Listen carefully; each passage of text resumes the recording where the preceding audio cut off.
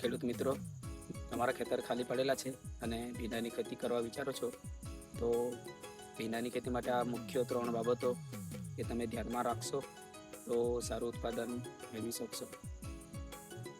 નમસ્કાર મિત્રો, મારું નામ છે સુનિલ કામિત અને તમારું સ્વાગત છે આજે ફરી એક નવા વિડીયોની અંદર. મિત્રો, ભીંડાની ખેતી વિશે મુખ્ય 3 બાબતો જે ધ્યાનમાં રાખવા જેવી છે.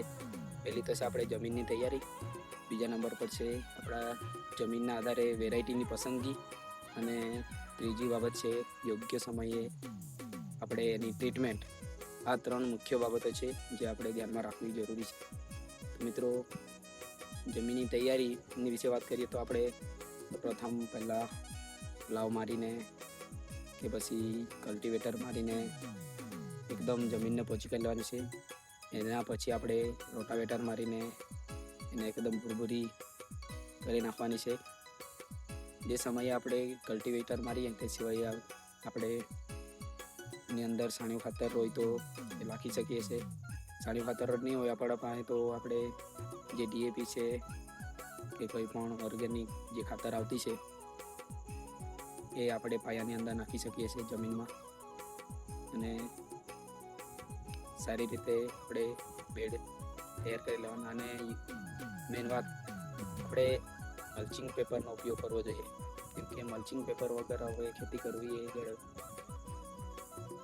બહુ રિસ્કી છે કે એની અંદર આપણે જે કચરો છે એ બહુ આવતું હોય ખાલી ખેતરની અંદર, તો નીંદવામાં ટાઈમ નીકળી જાય તો એનાથી જલ્દી રોગ આવી જાય આપણા પાકની અંદર. મિત્રો, બીજા નંબરની બાબત આપણે બિયારણની પસંદગી.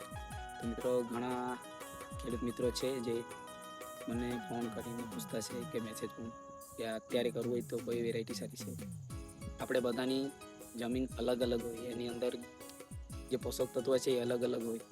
ને જો આપણે વેરાયટી પસંદ કરવા જઈએ તો અમુક વાર એવું બી થાય કે આપણે શિયાળાની અંદર કરેલા હોય ભીંડા અત્યારે ઓગસ્ટ મહિનાની અંદર કરવાના હોય તો એને એ પેલું વાતાવરણ નહીં બી પકડે, એટલે એ ચાલવાનું હોય તો ચાલે, નહીં બી ચાલે. જેટલું આપણે ઉત્પાદન જોઈતું હોય એટલું આવે નહીં એનાથી.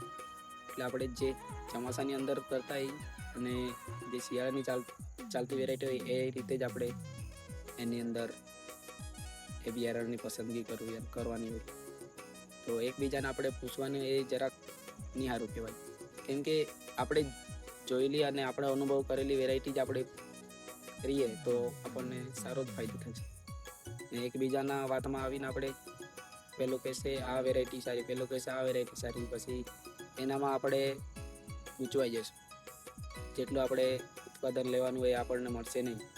ને આમ એના પછી જે ટ્રીટમેન્ટ છે એને વાત કરીએ તો આપણે દરરોજ સવારે આપણા ખેતરની અંદર એક રાઉન્ડ આપણે મારવાનું, કેમ કે સવારે જે કંઈ જીવાત કે કોઈ બી પ્રોબ્લેમ હોય તો આપણને સારો ખ્યાલ આવે.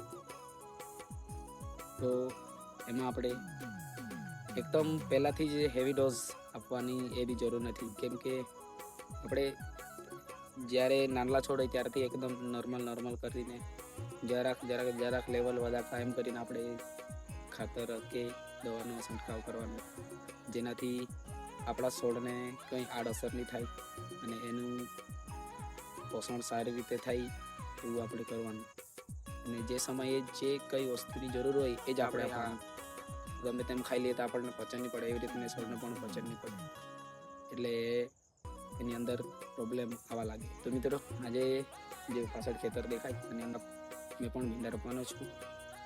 આપણે આ રોપશું અને આનું અપડેટ વિડીયો ચલાવશું. ત્યાં સુધી આપણા ચેનલ પર બને રહેજો. આ વિડીયો તમને ગમ્યો તો વિડીયોને લાઈક કરજો, ચેનલ પર નવા હોય તો ચેનલને સબસ્ક્રાઈબ કરજો. અને આપણે ફરી મળીશું બીજા વિડીયોમાં. ત્યાં સુધી બને રહેજો. જય જવાન જય કિસાન.